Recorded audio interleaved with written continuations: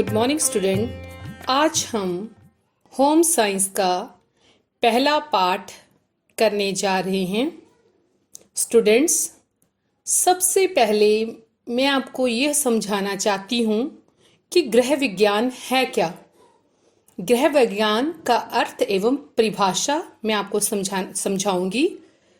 गृह विज्ञान दो शब्दों से मिलकर बना है, गृह तथा विज्ञान। यहाँ गृह का अर्थ है घर तथा विज्ञान का अर्थ है व्यवस्थित ज्ञान। इस प्रकार गृह विज्ञान का अर्थ है गृह से संबंधित विभिन्न पहलुओं जैसे आवास, भोजन, वेशभूषा आदि का व्यवस्थित अध्ययन करना। गृह विज्ञान सर्वप्रथम अमेरिका में अर्थशास्त्र की शाखा के रूप में विकसित हुआ था। परिभाषा: गृह विज्ञान वह व्यवहारिक विज्ञान है जो अपने अध्ययनकर्ताओं को सफल जीवन व्यतीत करने में सहायता करता है। अर्थात बच्चों, गृह विज्ञान में हम अपने जीवन को सही ढंग से कैसे जिएं, हमारा घर कैसा होना चाहिए, हमारा भोजन कैसा होना चाहिए, मौसम के अनुरूप हमारी वेशभूषा अर्थात हमारे कपड़ों का चयन किस प्रकार करना चाहिए, ये सब कुछ हम गृह विज्ञान में सीखेंगे। बच्चों, हमारा पहला पाठ है आहार, पोषण तथा स्वास्थ्य। तो सबसे पहले मैं ये तीन टॉपिक जो हैं, तीन विषय हैं, उसके बारे में मैं संक्षेप में बताऊंगी। आहार क्या है बच्चे? आहार को हम अपनी भाषा में कहते हैं खाना या भोजन। अब आ गया कि भोजन की परिभाषा। तो सबसे पहले प्रकृति में पाए जाने वाले कई प्रकार के भोजन पदार्थ जिनको मनुष्य तथा जानवरों द्वारा खाया जाता है, उसे भोजन का नाम दिया जाता है। पर बोलता है भोजन की श्रेणी में रखना उसे उचित नहीं है। कोई भी ठोस, अर्धठोस अथवा तरल भोजन पदार्थ जो भीतर निगलने के बाद अर्थात खाने के बाद पाचन योग्य तथा शोषित होकर शरीर को सुडौल तथा आरोग्य बनाते हैं, उन्हें भोजन कहा जाता है। दूसरा हमारा टॉपिक है पोषण। बच्चे, पोषण किसे कहते हैं? पोषण है क्या? पोषण बेटा वे रासायनिक तत्व जो शरीर को शक्ति प्रदान करें तथा जो शरीर के प्रत्येक सेल की संरचना के लिए भोजन के माध्यम से प्राप्त किए जाते हैं, पोषक तत्व कहलाते हैं। बेटा, जब भी हम कोई कार्य करते हैं, हमारे शरीर में थकान पैदा होती है। थकान हमारे शरीर में तंतु जो होते हैं वो टूटते फूटते रहते हैं। तो उनकी मरम्मत के लिए और उन्हें फिर से लाइव करने के लिए हमें भोजन खाना बड़ा ही आवश्यक होता है। तो बोलता है पोषक तत्व हैं कौन कौन से? पोषक तत्व हैं कार्बोस, प्रोटीन, वसा, विटामिन, खनिज लवण, जल तथा फोकट। तो सारे बच्चे ई बुक का पेज नंबर 2 मेरे साथ पाठ पढ़ेंगे। मैं इसे जितना हो सकेगा अपनी आसान भाषा में आपको समझाने की कोशिश करूंगी। बच्चों, जथा सर्वविदित है कि स्वास्थ्य ही वास्तविक धन है। बोलता है इसका अर्थ है कि जैसे सभी जानते हैं कि हमारा असली धन क्या है? हमारा स्वास्थ्य, हमारी सेहत। हेल्थ इज वेल्थ, कई बार हमने सुना और पढ़ा है। बच्चों, अच्छे स्वास्थ्य को बनाए रखने में आहार महत्वपूर्ण भूमिका निभाता है। हमारा स्वास्थ्य तभी अच्छा होगा अगर हमारा खाना भी अच्छा होगा। यही हमारे अस्तित्व का मूल आधार है। आहार या भोजन हमारी भूख को शांत करने का साधन मात्र ही नहीं, बल्कि हमारे शरीर और आत्मा को सुरक्षित बनाए रखने के लिए भी आवश्यक है। बच्चे, ऐसा नहीं है कि हम भोजन बस शरीर को हृष्ट पुष्ट करने के लिए, सेहतमंद बनाने के लिए खा रहे हैं। नहीं, कहता है कि इससे आत्मा को सुरक्षित बनाए रखने में, हमारे शरीर बोलते हैं एक मंदिर है और उसके अंदर एक आत्मा निवास करती है, बोलते हैं उसे सुरक्षित रखना बड़ा जरूरी है। विभिन्न प्रकार के खाद्य पदार्थ, कई प्रकार के हम खाद्य पदार्थ खाते हैं, जैसे अनाज में क्या खाते हैं, कनक, चावल, मक्की, दालें भी अनेक प्रकार के हैं। दूध पीते हैं और दूध से बने उत्पाद खाते हैं, जैसे पनीर, दही, मक्खन, देसी घी। अब सब्जियों तथा फल, अंडे एवं मांस, और हम मांस, अंडे और हरी सब्जियां और फल भी खाते हैं। बसा और चीनी, बसा क्या होता है, फैट, और चीनी शुगर, संतोषजनक संतुलित भोजन प्रदान कर सकते हैं। हम सभी के लिए आहार तथा पोषण संबंधी आधारभूत ज्ञान बहुत आवश्यक है।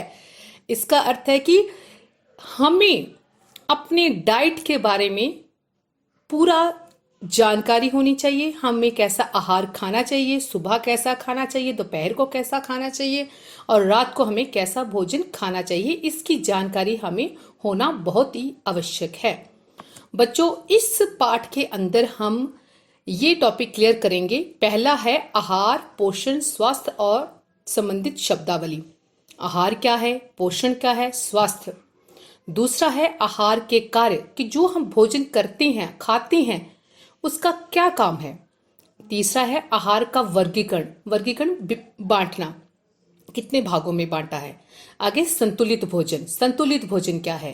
अगला लास्ट पॉइंट है फूड मार्गदर्शक पिरामिड, मतलब कि एक सूची स्तंभ, मतलब कि एक डायग्राम बनाई हुई है पिरामिड के शेप में, और उसमें बताया हमें कौन सा भोजन कब और कैसे खाना चाहिए। बेटा, सबसे पहले हमारा आ गया आहार, पोषण, स्वास्थ्य और संबंधित शब्दावली। बेटा, जीवित रहने के लिए भोजन अति आवश्यक है और जो हम खाते हैं वह हमें सुरक्षित रखने का कार्य करने की शक्ति प्रदान करने का तथा स्वास्थ्य एवं सुखी जीवन व्यतीत करने में सहायक होता है। बोलते प्रकृति ने हमें कई खाने योग्य पदार्थ दिए हैं। आहार से अभिप्राय किसी भी खाने या पीने योग्य पदार्थ से है जो पोषण देता है। मतलब आहार वो होता है, वो खाने वाली चीजें जो हमें पोषित करती हैं, पोषण देती हैं, हमारी भूख मिटाती हैं, हमें संतुष्टि प्रदान करती हैं और शारीरिक क्षमता का नव निर्माण करता है और हमारे शरीर में नई चुस्ती स्फूर्ति आती है।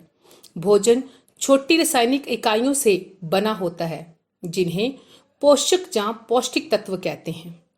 भोजन रूप, स्वाद, गंध, बनावट और संघन में बहुत भिन्न होता है।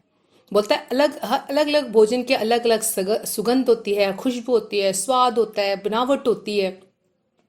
साधारणतः खाद्य पदार्थ उस पोषक तत्व के मुख्य स्रोत के रूप में जाने जाते हैं जो कि उनमें प्रचुर मात्रा में पाए जाते हैं। बोलते खाद्य पदार्थों में पोषक तत्व बहुत अधिक मात्रा में होते हैं, तो हमें इसके बारे में पता होना चाहिए कि कौन सी चीज में क्या पोषक तत्व है, प्रोटीन कितना है, कैलोरी कितनी है। तो उसने उदाहरण दी है कि हम साबुत मूंग की दाल, उसमें प्रोटीन चेक करेंगे, और आंवला में विटामिन सी। बेटा, सबसे ज़्यादा जो प्रोटीन होता है वो हमारी दालों में होता है और आंवला में विटामिन सी होता है। अब हम इसका अगला पाठ करेंगे। विद्यार्थियों, ई बुक के पेज नंबर 3 पे बहुत ही सुंदर तरीके से एक टेबल बना के हमें समझाया गया है कि साबुत मूंग की दाल में प्रोटीन और आंवला में कितने ग्राम की उसकी मात्रा होती है। देखिए, प्रोटीन ग्राम, साबुत मूंग की दाल में 24 और आंवला में 0.5 ग्राम, बसा मूंग की दाल में 1.3 और आंवले में 0.1 ग्राम, कार्बोहाइड्रेट्स ग्राम 6.7 और 13.7 ग्राम, कुल खनिज लवण ग्राम 3.5 और 0.5, विटामिन सी मिलीग्राम 0.0 और 600 ग्राम, नमी ग्राम 10.4, 81.8 ग्राम। इसमें बहुत ही सुंदर तरीके से बताया है कि सबसे ज्यादा दाल में प्रोटीन्स और आंवला में विटामिन सी मौजूद होता है। बच्चों, मैंने आपको पहले भी बताया है कि पोषक तत्व कौन से हैं। कार्बोहाइड्रेट्स, प्रोटीन, वसा, विटामिन, खनिज पदार्थ और पानी हैं। पोषण हमारे द्वारा ग्रहण किए गए भोजन एवं शरीर द्वारा उसका अंतिम उपयोग करने तक उसमें होने वाले परिवर्तनों से प्रत्यक्ष रूप से संबंधित है। अतः पोषण ऐसी प्रक्रिया है जिसके द्वारा एक जीव भोजन करता है, पचाता है, अवशोषित करता है, पोषण तत्वों का वहन एवं उपयोग करता है। देखो बेटा, हम कोई भी चीज खाते हैं वो हमारे पेट में जाके पचती है, उसके बाद अवशोषित होती है और उसके जो अवशोषित होके जो उसके तत्व हमें मिलते हैं उससे हमारे शरीर में ताकत आती है और वृद्धि होती है। बोलता है, आसान भाषा में मैं कह दूं कि कार्यरत भोजन ही पोषण कहलाता है। एक व्यक्ति को अच्छी सर्वोत्तम पोषण की व्यवस्था में तब माना जाता है जब उसके पूरे जीवन काल में उचित शारीरिक एवं मानसिक स्वास्थ्य को बढ़ावा देने हेतु आवश्यक पोषण तत्वों की पूर्ति की जाती है एवं उनका उपयोग किया जाता है। इससे उसके पोषण स्तर में वृद्धि होती है। आगे बोलता है, पोषण स्तर एक व्यक्ति के स्वास्थ्य की वह स्थिति है जो शरीर में पोषक तत्वों के उपयोग से प्रभावित होती है। पोषण का उत्तम स्तर है उत्तम स्वास्थ्य का समानार्थी माना जाता है। आगे कहता है कि स्वास्थ्य से संबंधित हमें समझाना चाहता है कि स्वस्थ है कौन, स्वस्थ कौन है, हु इज हेल्दी। तो सामान्यतः हम ये मानते हैं कि स्वस्थ रहने का अर्थ है रोगों से मुक्ति। बल्कि हम अपने यही समझते हैं कि स्वस्थ व्यक्ति वो है जिसे कोई बीमारी नहीं है। पर स्वास्थ्य को समग्रता से अवलोकित करना आवश्यक है। विश्व स्वास्थ्य संगठन ने WHO के अनुसार स्वास्थ्य पूर्ण रूप में शारीरिक, मानसिक व सामाजिक स्वस्थता है, न कि केवल रोगों की अनुपस्थिति।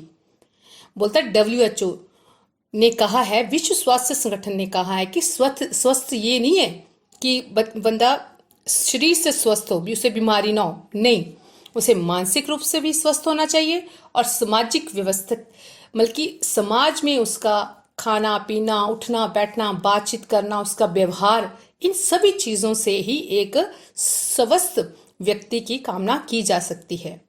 एक व्यक्ति को आधुनिक जीवन के दबाव व तनाव के कारण विश्व में लोगों के साथ शांति स्थापित करने से पूर्व अपने भीतर शांति स्थापित करनी जरूरी है।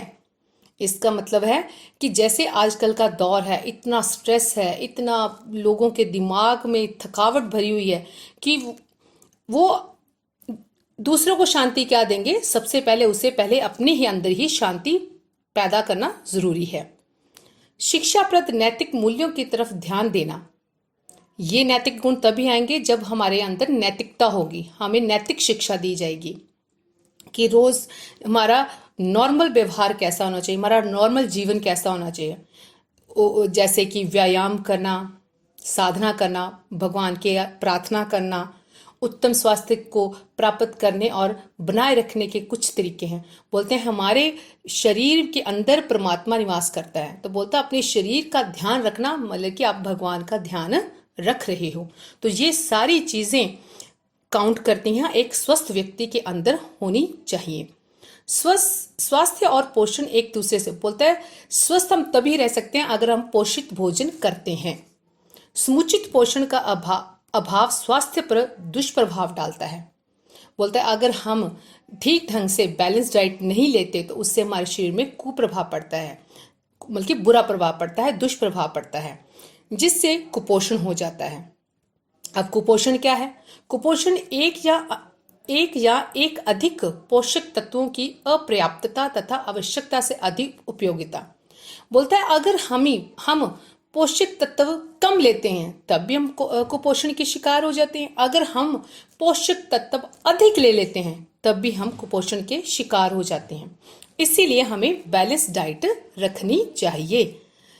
पहला आ गया अपर्याप्त पोषण। ये शरीर की वह रोगात्मक स्थिति है जब एक लंबे समय तक पोषक तत्वों की अपर्याप्त मात्रा का उपयोग किया जाता है, जैसे ऊर्जा की कमी से क्षय रोग और प्रोटीन की कमी से क्वाशियों रोग हो जाता है। बोलते हैं हमारे भोजन में कैल्शियम, आयरन, प्रोटीन्स, इन सभी की बैलेंस मात्रा होनी चाहिए। अगर हम दूध ही पीते रहेंगे तो इससे भी हमें शरीर में कई रोग उत्पन्न हो जाएंगे। अगर हम कनक ही खाते रहेंगे या अनाज ही खाते रहेंगे, चावल नहीं खाएंगे, तो उससे भी कई रोग पैदा हो जाते हैं। तो इसलिए हमें अपनी डाइट में हर चीज़ रखनी चाहिए कि हमें सुबह क्या खाना है, दोपहर को और शाम को क्या खाना चाहिए। प्यारे बच्चों, अब मैंने आपको जितने टॉपिक पढ़ाए हैं उन्हीं से रिलेटेड मैंने एक बड़ा आसान सा प्रश्न कोश तैयार किया है। इसमें वस्तुनिष्ठ प्रश्न है, ऑब्जेक्टिव टाइप क्वेश्चन है, जिसे आपने क्वेश्चन पढ़ना है और लेसन रीड करके, ई बुक से लेसन रीड करके इसके उत्तर देने हैं। जैसे पहला है, निम्नलिखित में से कौन सा पोषक तत्व नहीं है? क कार्बोस, ख प्रोटीन, ग रेशे, घ बसा। दूसरा है, कुपोषण का मुख्य कारण है? क कम भोजन, ख प्रोटीन, ग मसालेदार, घ उपरोक्त सभी। तीसरा है, जीवित रहने के लिए हमें किसकी आवश्यकता है? कपड़ों की, भोजन की, फोन की या मसालेदार खाने की। चौथा है, स्वस्थ होने का क्या अर्थ है? निर्मल होना, आराम करना, रोगों से मुक्ति, अधिक पौष्टिक आहार लेना। और लास्ट है पांचवा, अनाज में कौन सा भोजन पदार्थ शामिल है? गेहूं, चावल, मक्की या उपरोक्त सभी।